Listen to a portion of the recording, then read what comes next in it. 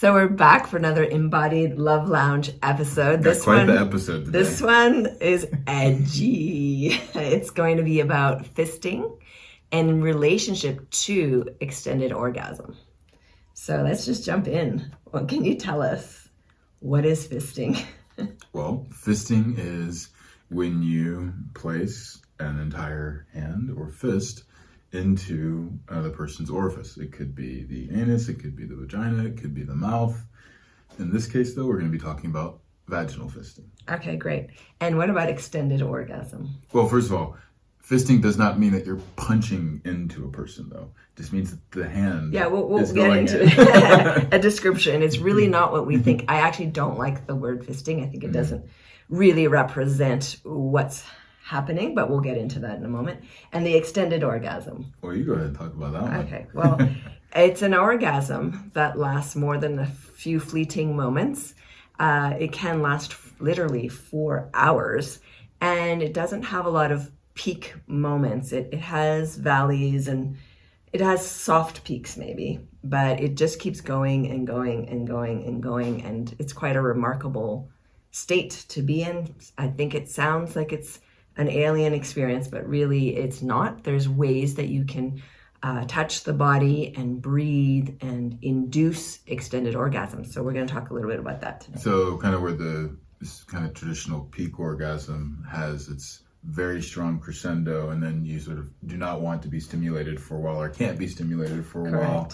The extended orgasm does not have that sense of overwhelm in the sense of I can't be touched anymore. It's more like a state change or trance-like state, almost going to be more like a psychedelic type of state. So it could get so intense that you would want it to stop, but as opposed to having it wanting to be stopped because you're being tickled, this would be more, wow, these waves just keep getting stronger and stronger. When's it going to end? Maybe then you would want to. So it is a slightly different experience. But I also want to be clear, extended orgasm doesn't keep going up in a peak. There are valleys. Yes. So it's a journey, and you just never break out of the orgasmic experience. It maintains itself, whether it softens or starts to heighten. Yeah, well, that's what I kind of describe more as like an altered state or a trance. But it's definitely specifically orgasmic. Yes, and it's sensational. It's definitely sensational. So let's look at the myths. Because what we discovered, at least it was a first experience for me, which we'll talk about in the explicit part of the podcast, but there's this idea that if you stick too many things in a vagina, or even a bigger item in the vagina, that it's going many times. It's going to be stretched out and then become loose and never actually regain its shape. Yes, well, that's false. Clearly it's false. But there is a myth around that. I mean, we, I think, did a podcast on tight vaginas, and there's this myth that, you just can't have sex too often, and definitely not with larger penises or dildos. Or for some reason, if you do it with different people versus the same one, there's like this shaming that you'll become a slut, and therefore you'll be loose. Slut equals loose? Okay. That's some of the myth, unfortunately. Okay.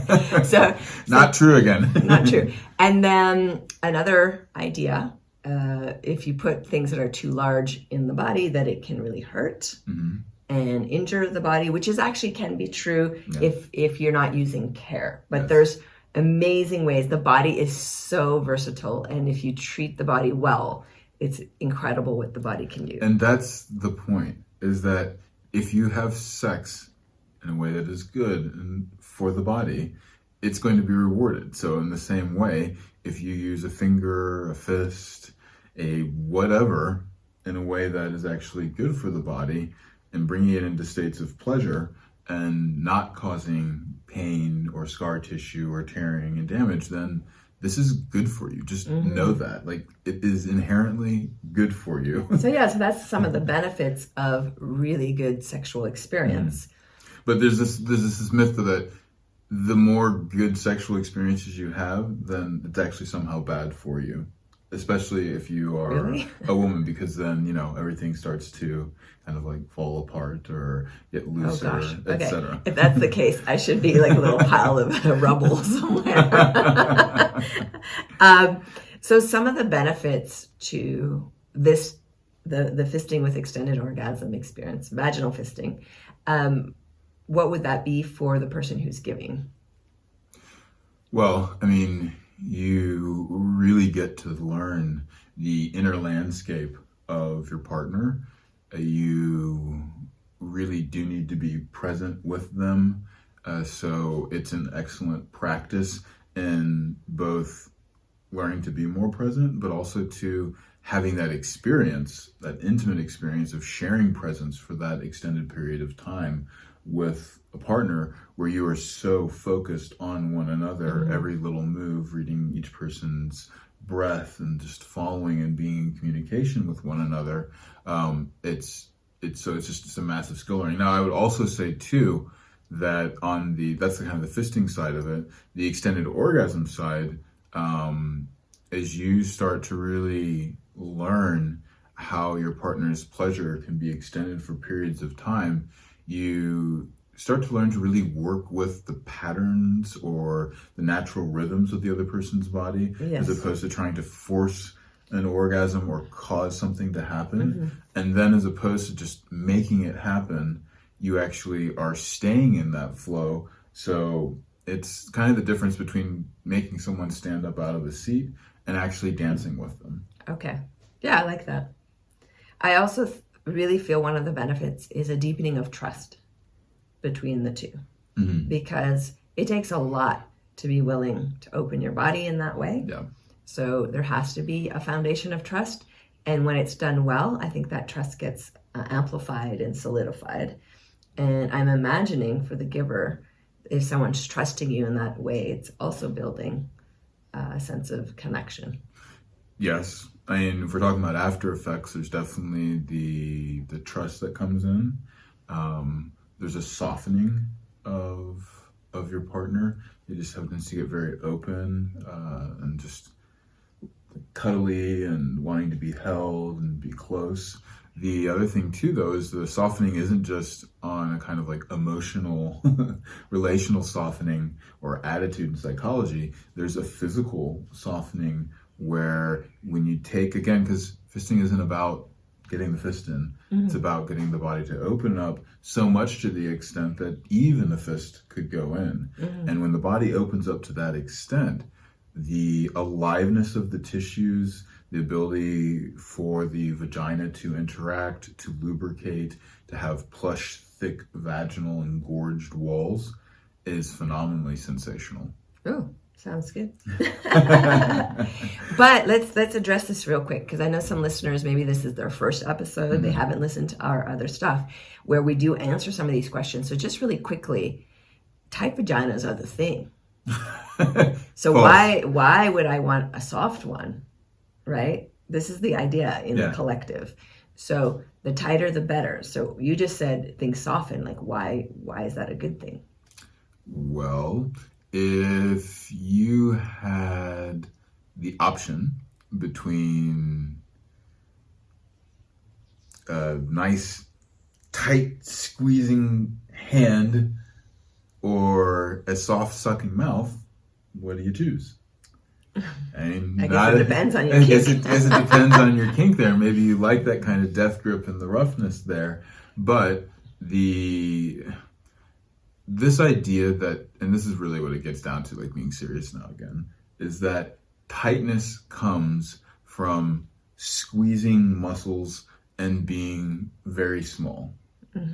Well, if you have tense muscles and you also have a very small orifice, and then all of a sudden now the ideal is to go ahead and put in a big hard cock, that's a recipe for, or a big fist. Like this is a recipe for disaster. I mean, if it's tight, it's more likely to tear.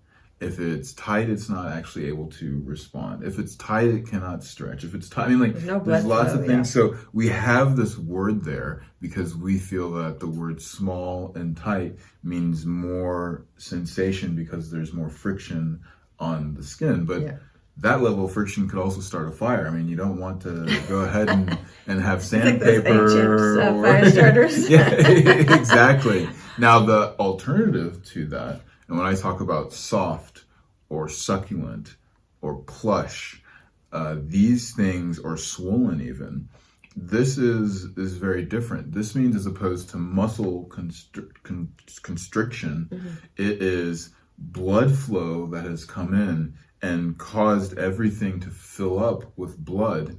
And it's that blood that means there's more oxygen there, which means that the person that is engorged on the receiving side is going to receive more pleasure, because then with the added oxygen, it's going to send the signals to the nerves to signal pleasure. You're also, with the added blood flow, going to have a lot more lubrication, which is going to make the walls soft and pliable. At the same time pliable. Also, it's going to make everything be able to slip and slide. And that engorgement, that added swelling, creates then a suction seal. It's the difference between, if you just took your lips and pressed around your finger, or squeezed with your hands and then were to pull back and forth on your finger, you can get a certain level of sensation. But if you put your finger in your mouth and you involve your tongue and your inner cheeks on the sucking, or even if you were to put your hands underwater and then start to use the hand to squeeze your other finger, you would feel that there's this added sensation, because that water, that liquid between the two surfaces form a suction seal, which all of a sudden now means that, as opposed to a few pressure points that are being squeezed into, the whole surface is getting stimulated at once. And then you can really start to play with and boost sensations. Doesn't mean that then friction per se is gone, but it's not where you're orienting yourself right around. And all of the work that we're doing is involving your technology, Suction Sex, and how does two body parts start to create that suction seal. That's really important. I think in the more explicit part of this podcast, we're going to really get into what happened in the different areas as things form those seals and all of that. But for now, let's what's the lay of the land in terms of, if you're going to begin, we'll do more of the how-to in the second half, but just a little bit, like, what are some really important things to start off with if you were going to lean in the direction of fisting an extended orgasm experience? Well, first of all, is making sure that you have the time. Yes. Okay. Yeah. Don't rush this. I think it was 7 or 8 hours. We took a day. Yeah. Yeah. Yeah. And it was kind of the first even hour or so had nothing to do with even like going inside the vagina. And then the whole fisting thing didn't start somewhere until like maybe after 3 or 4 hours. And also, you're not doing Superman punches. Like, these are not, it's not about going in and out and punching with your fist. It's not a boxing match. Yes, exactly.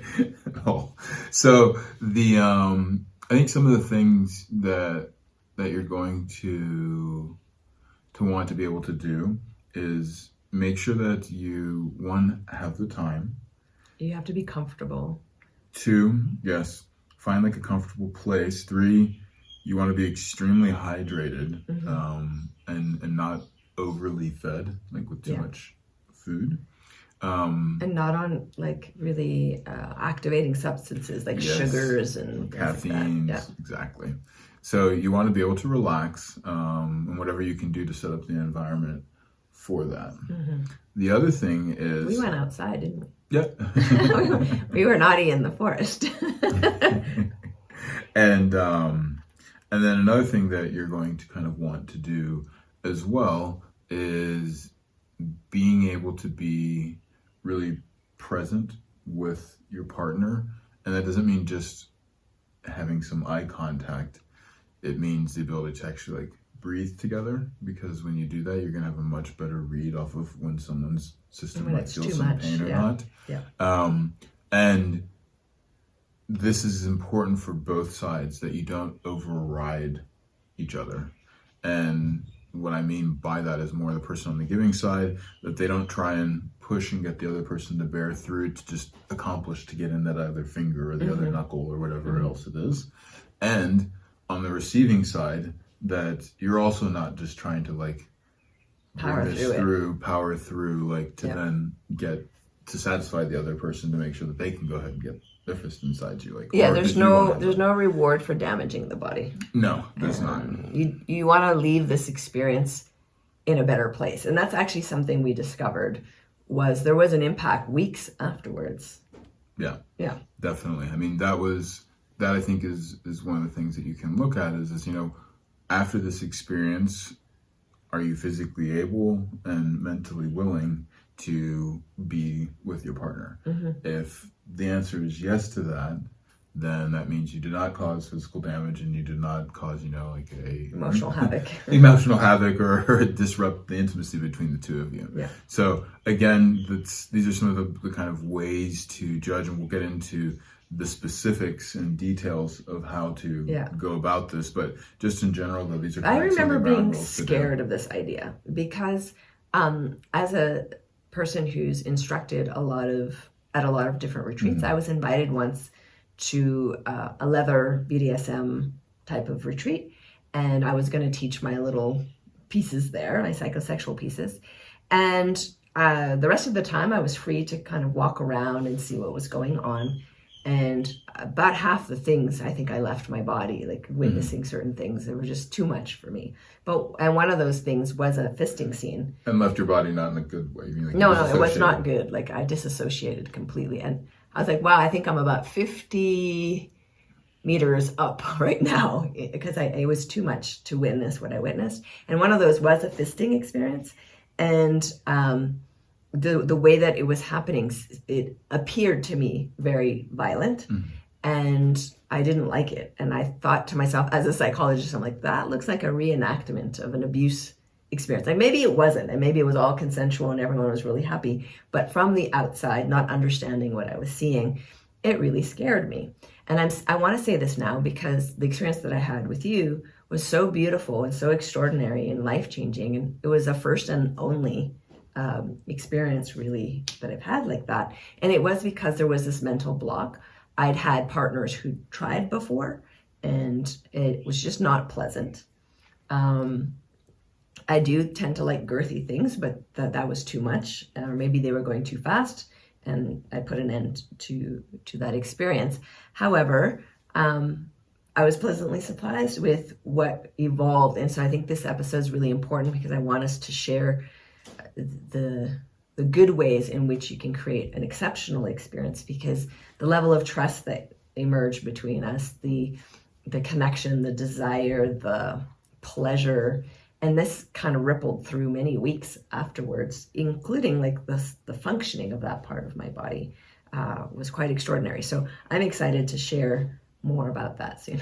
Well, and I just want to kind of leave this as a last note for this, is that, again, it's not about the fisting. In fact, I had no intention or plan of going into fisting, but I did have the intention, though, as I was touching you with my hands and working with the tissues of your vagina to get them to relax, to relieve that tension and open.